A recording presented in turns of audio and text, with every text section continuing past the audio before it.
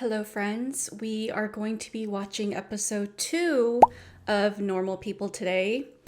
This is classic ADHD me, but at least I was self-aware enough to say I don't know if I'm going to do the whole series, and I still don't know. That's the thing. I have to leave a little bit of room for me to be inconsistent, or else my PDA is going to be activated, and then it's going to feel like pressure, and then I'm going to have a harder time following through. But when I saw how many of you guys liked Normal People as a series, it gave me that extra dopamine boost of like, okay, I got to do another episode now. So here we are. Yeah, let's just get into it, you guys. You have a lot of posters. You don't? Too cool. Don't think cool is the first word most people would associate with me. What would that be then? I don't know. Annoying. Obnoxious. Argumentative, definitely. Self-righteous, it's probably one. Arrogant. Frigid. No, stop it. No one says that about you. People do say I'm annoying. So what? We love a self-aware queen. This is why I relate a lot to Marianne. I feel like when you go across life being self-assured, especially as a woman, people tend to think that along with that self-assuredness is cockiness. Along with that cockiness is a level of not being self-aware. Like if you're that confident in yourself or self-assured, it must mean that you're almost delusional, that you don't see reality, you don't see your flaws. There's maybe even a denial of like your negative traits and things like that. But what I've also found throughout my life is that a lot of the people that would give me feedback. So let's say past managers at work, they'll say things like, Irene, you weren't really approachable today with that one customer. You were actually kind of rude, mean, standoffish, and perhaps that's not something you do as a barista because we work in the customer service industry. And my manager, when she comes to me with feedback like that, she's already bracing for the defensiveness. And in those moments, I'm like, yeah, I agree with you. I was an asshole, but I willingly was because this person was rude to me. So I don't feel the need to be nice to someone that's rude to me. I don't feel the need to be respectful towards someone who goes out of their way to be disrespectful to me. And I've talked about this story so many times, but it's because I don't think that this is a normal experience. My manager was like, oh, well, that was easy. I guess as long as you know it's wrong, then there's nothing more we could talk about other than try not to do that again. And I will say things like, yeah, I understand, like it's difficult for me, but I will try harder next time, things like that. But I find that, especially if you're an autistic woman, there's always this assumption because you are this way that like you have no self-awareness, when in reality you can have a lot of self-awareness. You can know exactly what your flaws are but still have confidence in other parts of yourself. You could know what your flaws are and still choose to not do anything by it because those flaws aren't really something you see necessary to fix, but is seen as a flaw in the context of society and normal expectations of how we should carry ourselves. So I imagine Connell to find this moment refreshing when Marianne is like, you know what? I think people would probably refer to me as frigid, cocky, an asshole. And Connell's trying to do the normal thing, which is to immediately like, no, people don't think that of you. Who cares what people think? It's interesting to see these two's conversation develop throughout this series because as we'll see, because Marianne is so unfiltered, right? It kind of gives Connell some space to freely explore what he actually thinks and how he would actually want to respond conversationally, because Marianne isn't the type to judge him and she's not the type to pinhole him into you need to answer this specific way or you need to have a conversation with me in this specific way. And so it's just nice to see Connell come out of his shell more and more every time he talks to Marianne. People probably say that about me too. No, they don't. No one finds you annoying. Shy people aren't annoying. You think I'm shy? Just because I don't give my opinion on everything all the time. You never give an opinion about anything. Ever. You just always know what you think. I'm not like that. You must know what you feel, though. No. I struggle with that, actually. I might look back on something and think how I felt at the time, but when it's happening, never have any idea. Then how do you know what you want? See, this part is so revealing about Connell, and this is sometimes the ramifications of masking. It's different if you mask knowing that you mask, because that's the nuance of being autistic, right? I feel like once you're aware that you're autistic, you're aware of how you mask and what situations you mask in, you develop two brains in a sense. You develop the masked brain, the brain it would take to be this masked person, while also holding truth and having awareness of that other part of your brain that's the actual you processing the things that are happening. But it's different when you're completely unaware that you mask altogether and you're just like doing it without knowing that you're doing it.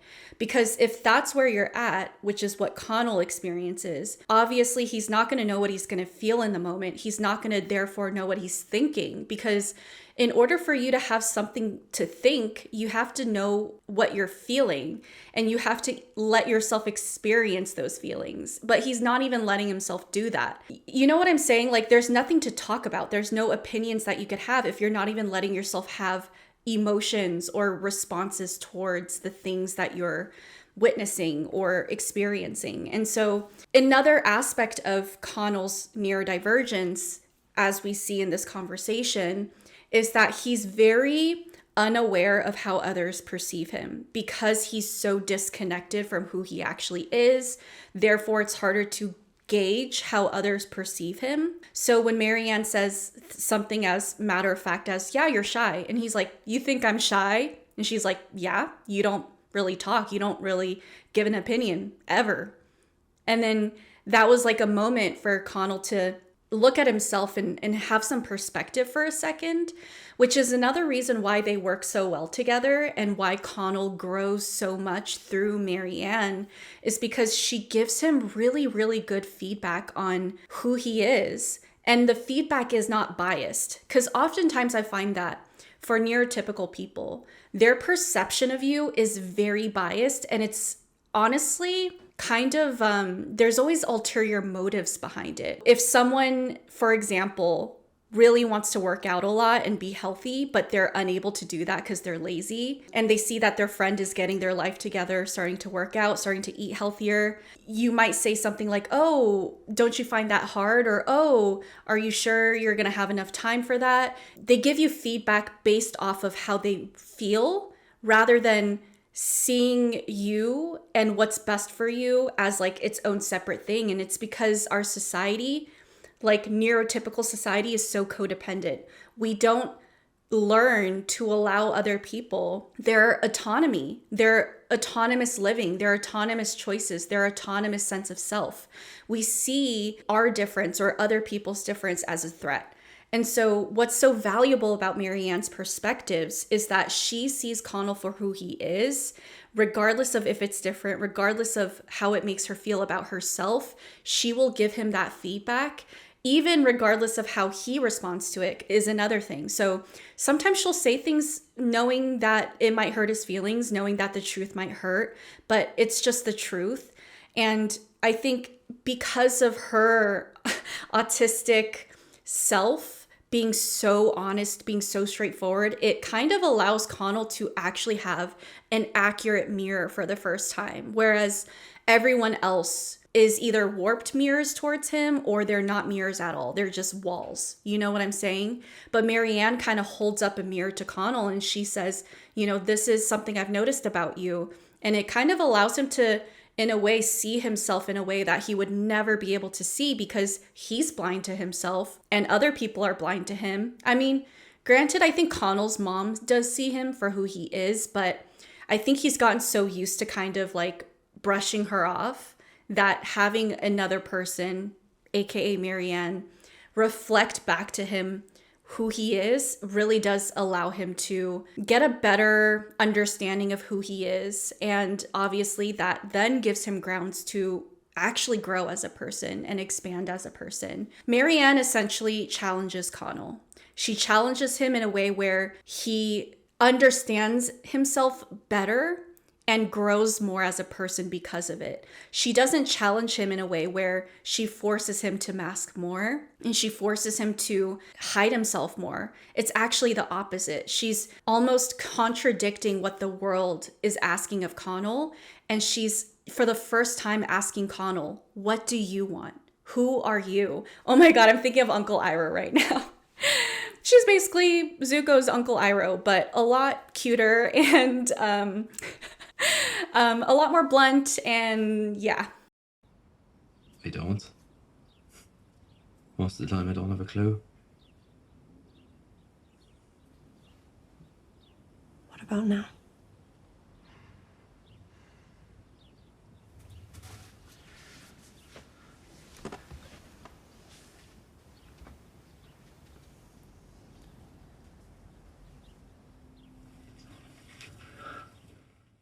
So something that we can learn about Connell through that short exchange where Marianne posed the question, what about now?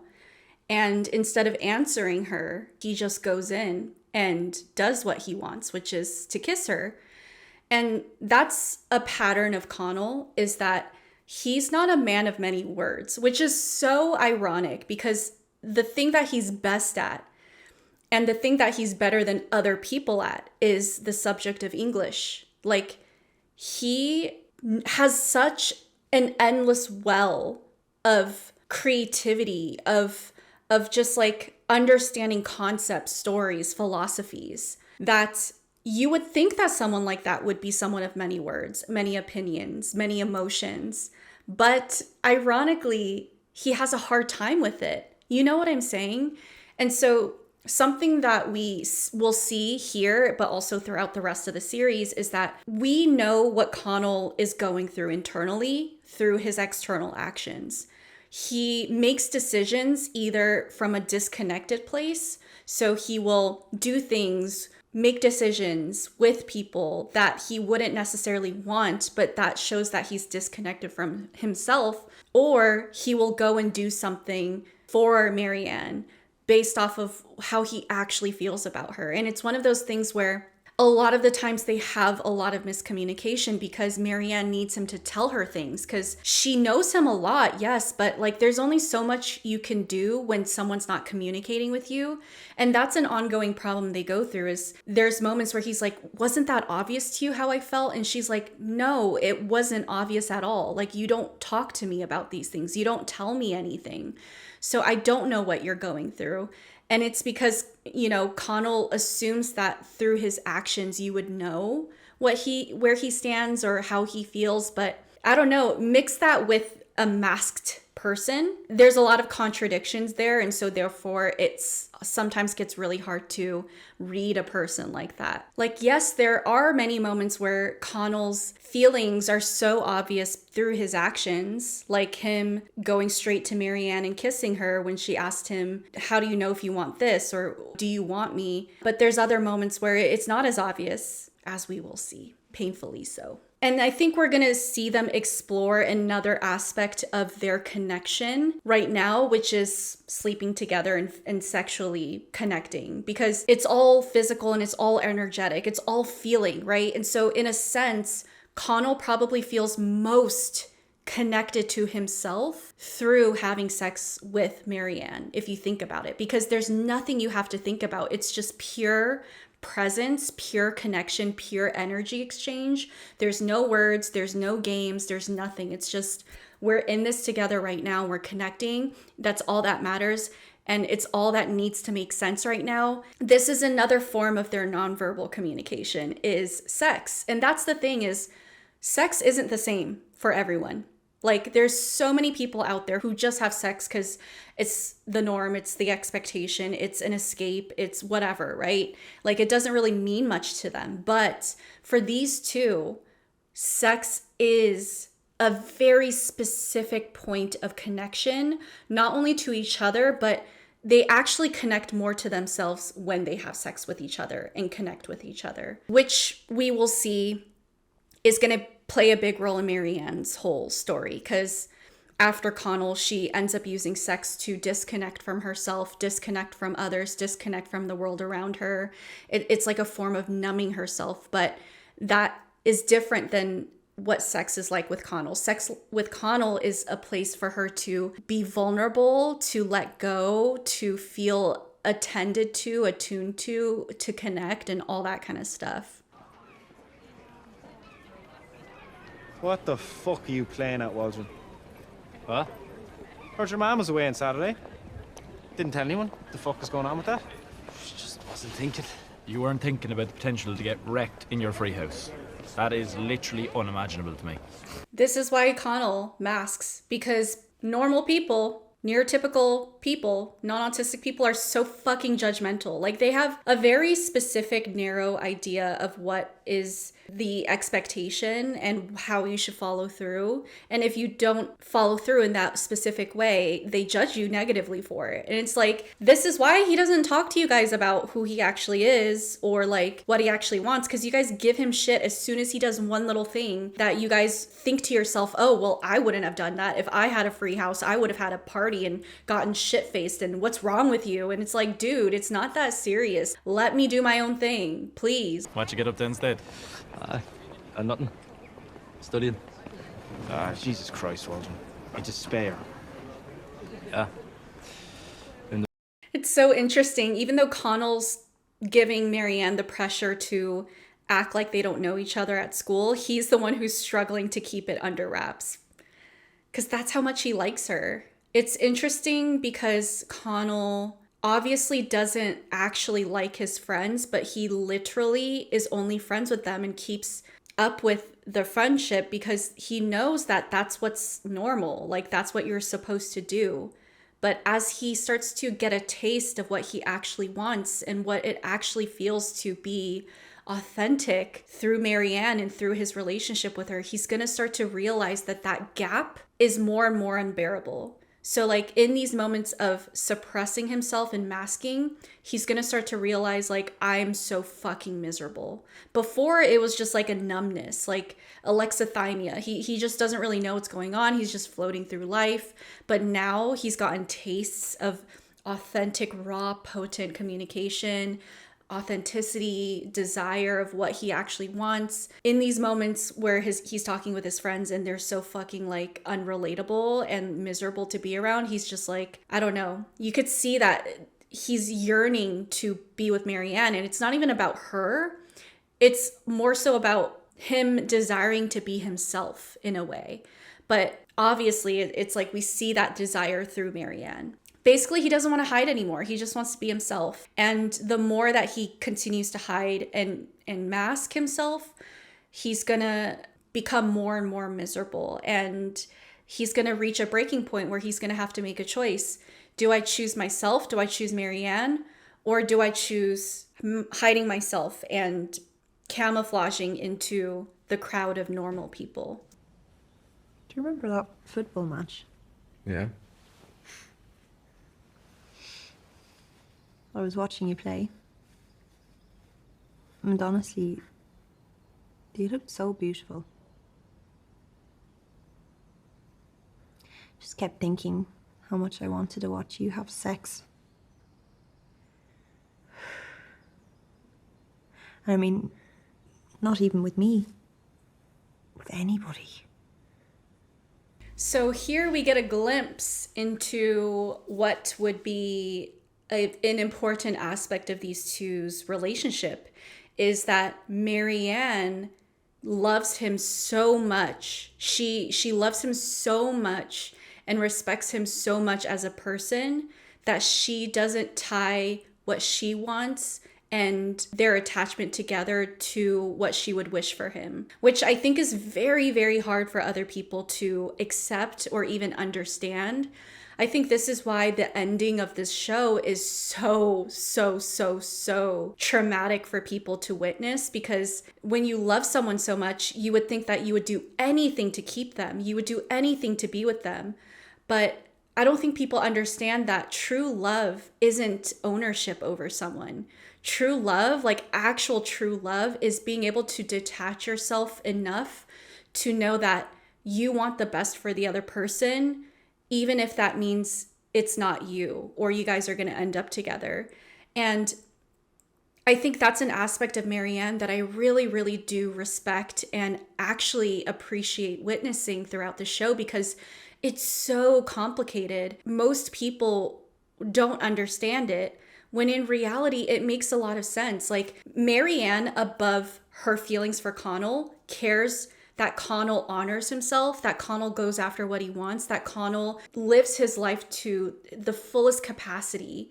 Connell ends up with people that he deserves. Connell, is surrounded by loved ones and like goes after his opportunities. And regardless of where she fits in that story, she will always want all of those things for Connell more than she wants Connell to be with her.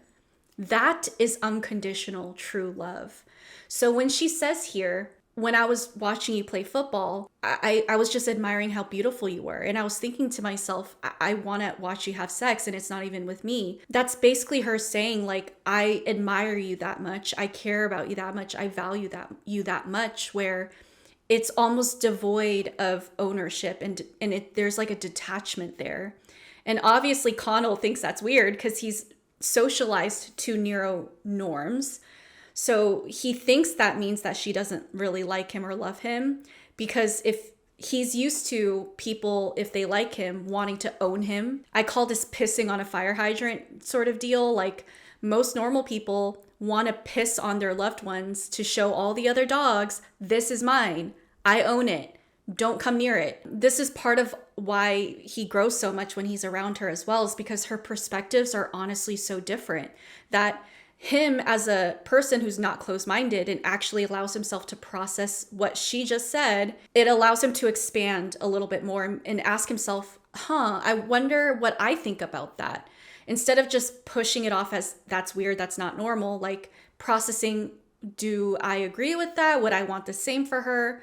Obviously he's not going to say it here, but this is one of the many ways in which Marianne helps Connell essentially expand his mind and therefore expand his identity through conversations like this that are very abnormal. So, thanks. Right, line her up. You've been there, boys. I love that shot right there, and I didn't even realize it. Like, that whole scene where Connell was in the car with the guys, it's almost like he was holding his breath. He's like, I need to get to her, I need to get to her, I need to get to her. And then cut to the exhale. They exhaled together. There, boys. That is such a symbolism for how he feels around Marianne. He feels like he could finally exhale around her. Whereas with others, he feels like he's tensed up and holding his breath the whole time. Wow. Oh, that gave me chills. Oh my God. I missed that the first couple times I watched. What are you thinking about? College. Don't know why I put down law. Can't remember why I thought it was a good idea. Jobs? Yeah. But I can't visualize it, Can't see myself like in a tie convicting people of crimes. I just didn't know what to put down.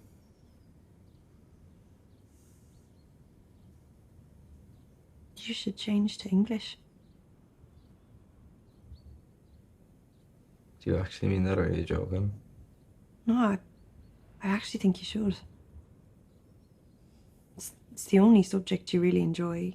This is another one of those moments where she knows him more than he knows himself. English is his best subject, and she knows that if he's good at it, he loves it, and he should pursue it. And he genuinely thinks that she was trying to joke or give him shit or whatever, because he's like, why would I go for English? It's a female-dominated major. I'm gonna go to a nice college and like study English. Like, everyone is gonna think that's so stupid and make fun of me. And so he thinks she's just like honestly trying to make fun of him in a way. but she's being so serious. Like, she's being so genuine. She's like, you're good at it, so you should pursue it. I'm not judging you. I genuinely think you should pursue it, and I want you to do something you're good at and that you love. Think about it this way. Let's say he was really good at babysitting, like a really female dominated profession, and she was like, you should become a babysitter. You see how like someone like him would think that that was offensive or a joke, but for her it's like, no, you're really good at taking care of kids, you're good with kids, you love it, so why not pursue it? And this is another one of those moments where her autistic, authentic sense of self kind of jolts him because he's so used to neuro norms. It's hard for him to conceptualize that there's a world out there where you could just do what you want to do and what you're good at, and you don't have to be judged for it. And again, another expanding sort of moment where he expands his perception of the world and himself because of Marianne. And you spend all your spare time reading. Where would I study English in Galway? You could come to Trinity.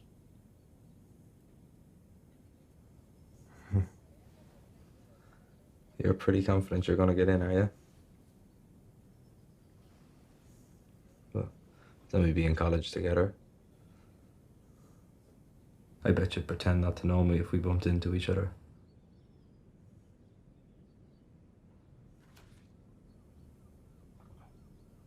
Sorry. Ooh, I got chills.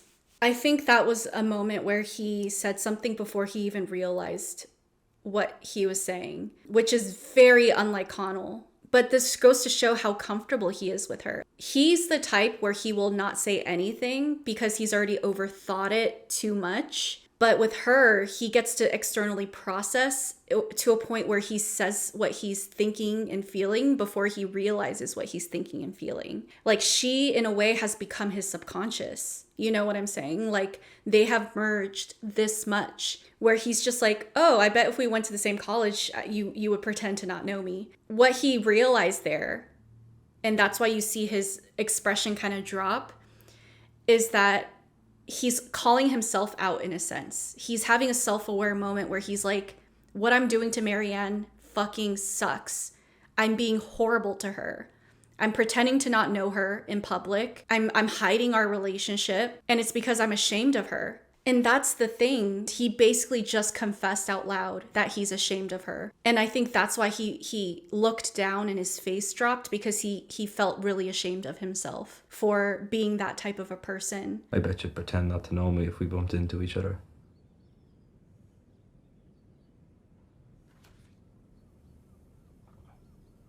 Sorry. And what's so beautiful is that Marianne is so detached from her own sense of ego that in this moment, she genuinely sympathizes and empathizes with Connell. And she takes that moment, instead of ridiculing him and making him feel even worse, she says, I would never pretend to not know you. What she's basically saying is, I will always take ownership of you. I will always be proud of you and us, and I will never be ashamed of it, which is such a stark contrast to him and how he carries their connection and their relationship. And that's the beautiful thing of Marianne, is she will say what she needs to say and do what she needs to do and have her values regardless of anyone else, including Connell. Just because Connell's willing to hide her doesn't mean she's gonna think of like, well, I have to hide him too if I want to make things equal. Like, how often do we see people talking about how you're supposed to like give what you get? Like, if someone does you wrong, you do them wrong too, or else you're getting taken advantage of on all these things. But with Marianne, it's like there's no games here. If I love you, I love you. That's all that matters. That's all I care about. And if you choose to hide me and be ashamed of me, that's your thing. But that's not going to dictate what I am willing to do with you and with us. And I think that sort of autonomy and confidence and self-assuredness in Marianne's character is so admirable. I pretend to not know you, Connell. But you're not. No.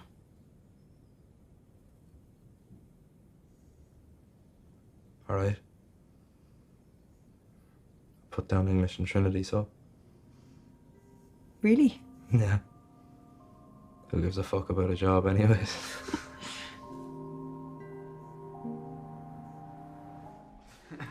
Stop. Here, what about Karen? No one's asked her yet. Sure, take her to the Debs. No, thanks. I'm holding out for Rachel. Dreams, mate. She's after Waldron taking her, isn't that right? I reckon I can swoop in there. You wouldn't mind, would you, Wal? As you could tell, everyone seems to know that Rachel likes Connell because this guy friend who wants to ask Rachel out knows that she's not going to say yes to him because she wants Connell to ask. So as you can see, everyone seems to know what's going on except Connell because he genuinely is like, I don't know, none of my business, whatever. Autistic. Connell, you're so autistic. Unless, of course, I can persuade the lovely Marianne Sheridan to go with me.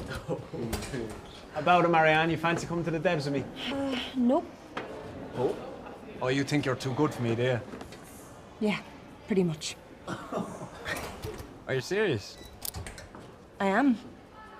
I am too good for you. Man, I'd want to be fairly desperate before he go near you. Oh, really? Yeah. Okay. Ugly, flat-chested bitch. Fuck's sake, man. That's not how you do it. See, as you could tell, even the other guys are uncomfortable with how mean that was. Fuck's sake, man. That's not how you do it. And that's the thing is the dynamics of normal people when they're in groups is fucking brutal. Like there's something about it. I don't know what it is. Like sociologically speaking, when people get together in groups, they almost have these like ape-like tendencies where it's like, who could be the most macho? Who could be the most fucked up? And I think that's why Connell has a hard time understanding that these men actually have values and are actually human and actually care, because Connell's so used to them in group dynamics being so fucked up.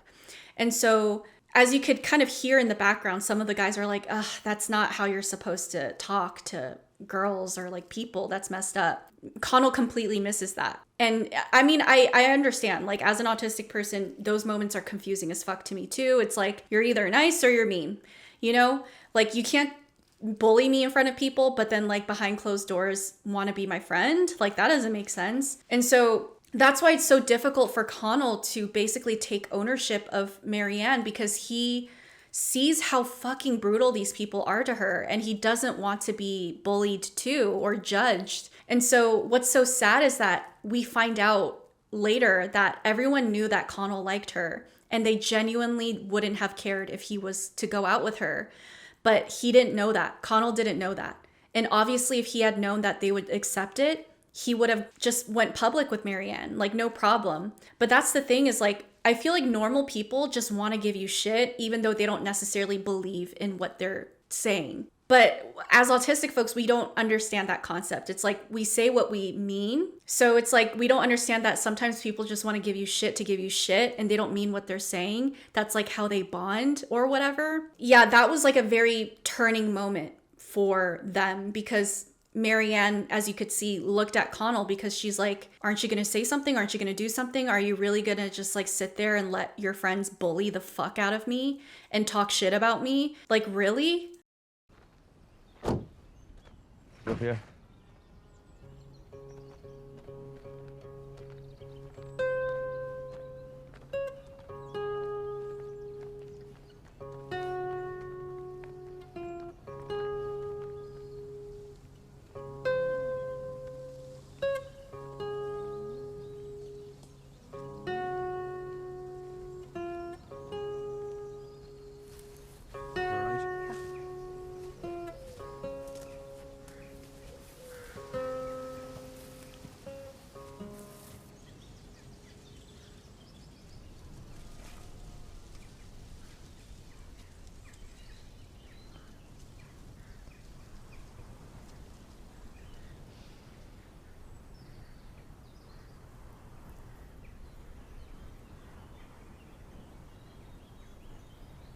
I would lie down here.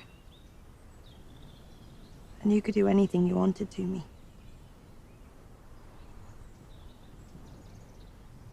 Do you know that? Do you enjoy making me feel uncomfortable? I'm not making you feel anything.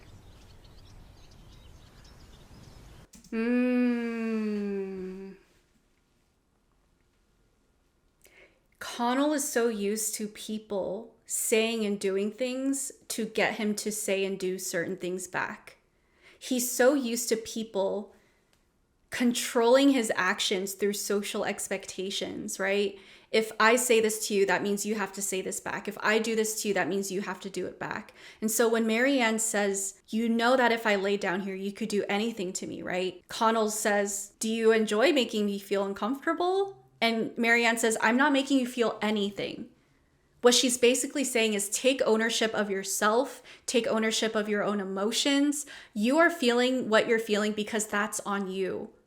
All I'm doing is communicating my truth, which is I would do anything for you. I would let you do anything to me because that's how much I love you and that's how much I'm willing to surrender myself to you. She's literally laying it all out there for him to see. And if he feels uncomfortable about that, that's not her fault. That's his fault. That's his emotions. And she's so tired of seeing him not take ownership of her, but also himself. She's like thinking, why are you hiding yourself to this extent? Why are you hiding me? Because if you're hiding yourself, you're hiding me now because I'm a part of you. That's the thing. Taking ownership of himself means taking ownership of her because they're one. So when she says, I'm not making you feel anything, she's trying to get him to realize you are your own person. You are not your friends. You are not these social expectations. You are your own person. Take ownership of that. I love you. I would do anything for you. I would let you do anything to me. What is your truth? Tell me your truth. Maybe I should just leave you alone. No, Marianne, if you did that, If I did that, what? what do you mean if you didn't want to see me anymore? To be honest, I'd be a bit surprised because it seems like you enjoy it.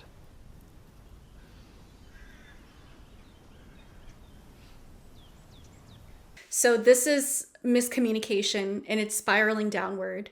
She realizes he's not going to tell her how he feels. She basically just wants to leave then because it's like, what's the point? I'm upset. I'm going to go be by myself because you're not going to have this conversation with me. And then he is like, are you trying to say how I would feel if you don't want to talk to me anymore?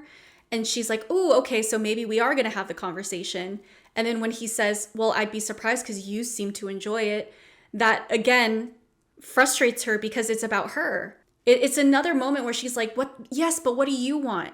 Tell me what you want. And Connell has a hard time with that. Like, she wants him to tell her that she is what he wants, not just through words, but through action. And he is having a really hard time doing that. I mean, think about it. He says, I would be surprised if you didn't want to hang out anymore because it seems like you like it. His answer is still centered around her and what she wants. And so that makes her think, is he actually with me because he wants it or because he knows that I want it and so he just wants to satisfy me? Which is basically him carrying out the same pattern he does with others with her. So it makes her think, what's different about our relationship than his relationship with his friends? He just does what they all want. He's just with me because he thinks I want to be with him. You know, and so Marianne's trying to really get him to confess what his actual desires are. And Connell is floundering. Connell is having a Zuko moment. I'm sorry, I don't know how to... You're just making me feel insecure, like talking about not wanting to hang out with each other, because I thought that you liked me. I do like you. If you didn't want this anymore, I'd be upset. Connell's so used to people forcing their wants and desires onto him that that's all he can focus on because that's what he's learned to focus on. So even now he's like, I thought you liked me. He's so used to ignoring himself that he doesn't even know how to conceptualize what it means to make decisions based off of what he wants, and that's it. And then he finally gets pushed to speaking up about how he feels, which is, I would be hurt if you didn't want to be with me anymore. Now that you ask about it, I wouldn't be happy, all right?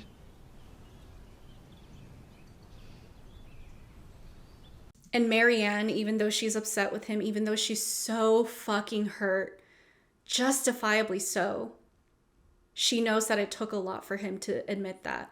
And that's why her walls are dropping down right now, and she's able to empathize with him, because she's like, regardless of how I feel and how hurt I am, I see what he's going through right now and I feel it and I empathize with him. You don't mind that I'm ugly and flat-chested then? And there it is. There it is. She finally says it. What's been weighing on her mind. That she's ugly, flat-chested, unlovable. And Connell, like everyone else, doesn't care about her, doesn't love her. And she finally asked it directly. Finally, after he opened up about his emotions, she was able to soften up and say, so you don't mind if I'm ugly and flat-chested?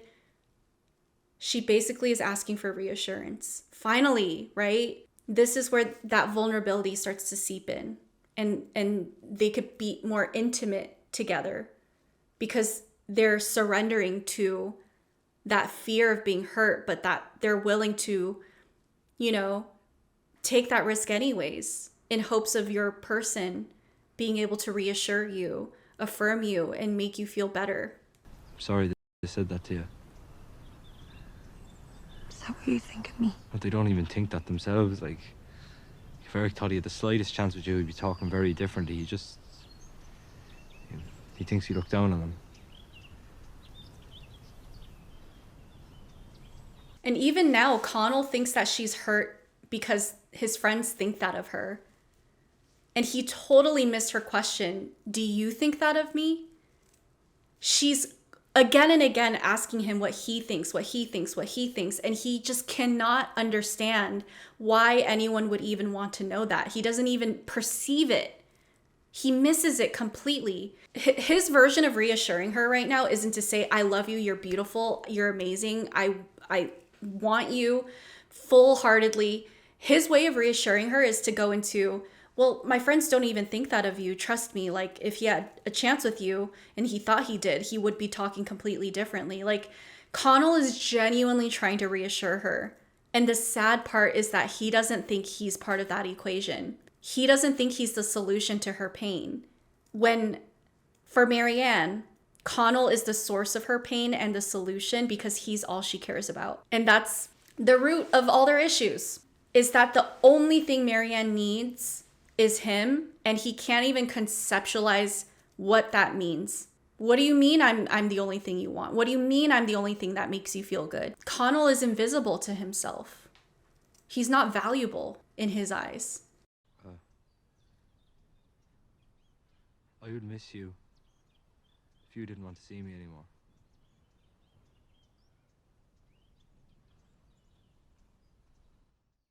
Enjoyed today's video?